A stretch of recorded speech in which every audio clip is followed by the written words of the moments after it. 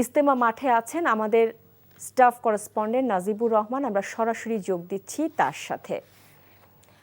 নাজিব, আমরা এর আগেও আপনার সাথে যোগাযোগ করেছিলাম যে কখন ঠিক আখেরি মোনাজাত অনুষ্ঠিত হবে। এখনো ঠিক একই প্রশ্নই রাখতে চাই যে আখেরি মোনাজাতটি আসলে ঠিক কখন নাগাদ শুরু হতে পারে, আর ইজতেমা মাঠের সার্বিক অবস্থা আমাদের জানাবেন।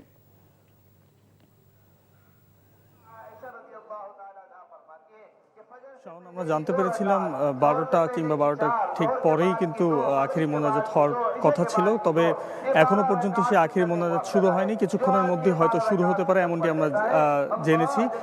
সেই সাথে এখন কিন্তু হেদায়েতের বয়ান চলছে, যেখানে হচ্ছে ইসলাম এবং আকিদা এবং কিভাবে ইসলাম পালন করতে হবে, নিয়ম নীতি মেনে কিভাবে ইসলামকে বাস্তব জীবনে প্রয়োগ করতে হবে সে ব্যাপারে কিন্তু বয়ান করছেন সাদ কান্দালভের বড় ছেলে ইউসুফ বিন সাদ, এবং তিনি কিভাবে ইসলাম প্রচার করতে হবে এবং তা বিশ্ববাসীর কাছে ছড়িয়ে দিতে হবে সে ব্যাপারে কিন্তু গুরুত্বপূর্ণ বয়ান করছেন তিনি।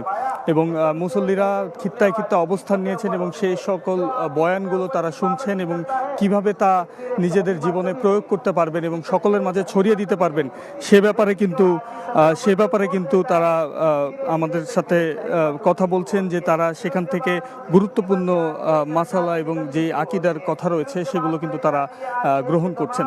এবং সেই সাথে আপনাদেরকে যদি একটু জানিয়ে রাখতে চাই যে আজকে ফজরের পর ভাই মুরসালিন বয়ান করেন এবং তারপরেই কিন্তু সকাল 9:30 থেকে 10টার কিছু পরেই ইউসুফ বিন সাদ তার হেদায়েতের বয়ান শুরু করেন এবং এখনো পর্যন্ত সেই বয়ান চলছে, আপনারা নিশ্চয়ই শুনতে পাচ্ছেন। এবং সেই সাথে আপনারা দেখতে পাচ্ছেন যে মুসল্লিরা অবস্থান নিয়েছেন তার আশেপাশের সড়কেও কিন্তু আমরা দেখেছি আখেরি মোনাজাতের জন্য তারা অপেক্ষা করছেন কখন নাগাদ আখেরি মোনাজাত শুরু হয়।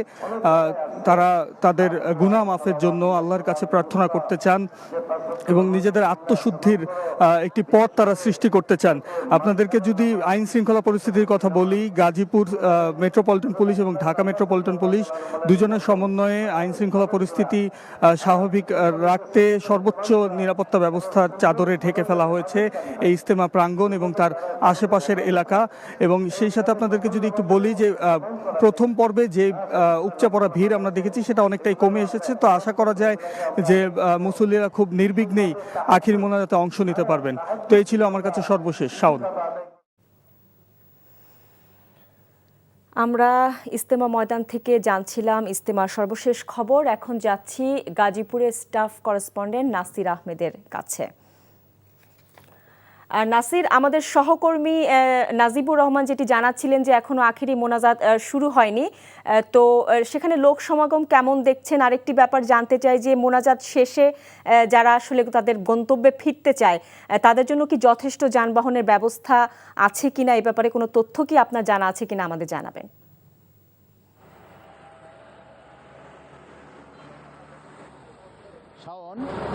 অল্প কিছুক্ষণ পরে মোনাজাত শুরু হবে। 2 দিনের তালিম তাশকিল এবং চিল্লাবন্দি হয়ে বয়ানের পর এখন চলতেছে মূলত হেদায়েতি বয়ান। মানুষ কিভাবে আল্লাহর তরফ থেকে হেদায়েত হয়ে যায়, কিভাবে আল্লাহ হয়ে যায় তার উপর এখন বয়ান চলতেছে। এই বয়ানের পরপরই এখন যিনি ইউসুফ বিন সাদ উনি এখন বয়ান করতেছেন, উনি মূলত মোনাজাত পরিচালনা করবেন। তাই এখানে বিপুল সংখ্যক ধর্মপ্রাণ মুসল্লিরা মোনাজাত করার জন্য অপেক্ষায় আছেন। আমরা এখন দেখতে পাচ্ছি যে পুরুষ মুসল্লির পাশাপাশি প্রচুর পরিমাণ নারী এখানে উপস্থিত আছেন এবং নারীদের মধ্যে আমরা অনেক হিন্দু মহিলা এবং পুরুষকেও দেখতে পাচ্ছি। তারা মহান রবের কাছে যার যার ধর্ম অনুসারে তারা প্রার্থনা করার জন্য এখানে যোগ দিয়েছেন। এবং এর পরপরই মোনাজাত শেষ করে যখন মুসল্লিরা তাদের গন্তব্যে ফিরবেন, তাদের বাড়িতে যাবেন, তার জন্য বিপুল পরিমাণ যানবাহন তারা অলরেডি স্থাপন করে বিভিন্ন স্টপেজে তারা রেখে দিয়েছেন। আমরা জয়দেবপুর চৌরাস্তাতে, টঙ্গী কলেজ মাঠে এবং পুবাইলের স্কুল মাঠে আমরা দেখেছি শত শত গাড়ি সেখানে দাঁড়ানো আছে। ধর্মপ্রাণ মুসল্লিরা যাতে নির্বিঘ্নে ঘরে ফিরতে পারেন সে বিষয়ে রাস্তাঘাট মহাসড়ক মোটামুটি আজকে ফাঁকা রয়েছে। মহাসড়ক ফাঁকা রয়েছে এবং যানবাহন এখন চলাচল করতেছে। এই কোনো প্রকার যানবাহন নিয়ন্ত্রণ করা হয়নি এই পর্বে, যার ফলে আমরা পুলিশ প্রশাসন মনে করতেছেন যে এই পর্বে যানজট হবে না, নির্বিঘ্নে মুসল্লিরা বাড়ি যেতে পারবেন। অলরেডি 9টা বিশেষ ট্রেন সার্ভিস অলরেডি চালু রয়েছে এই মুসল্লিদের যাতায়াতের জন্য।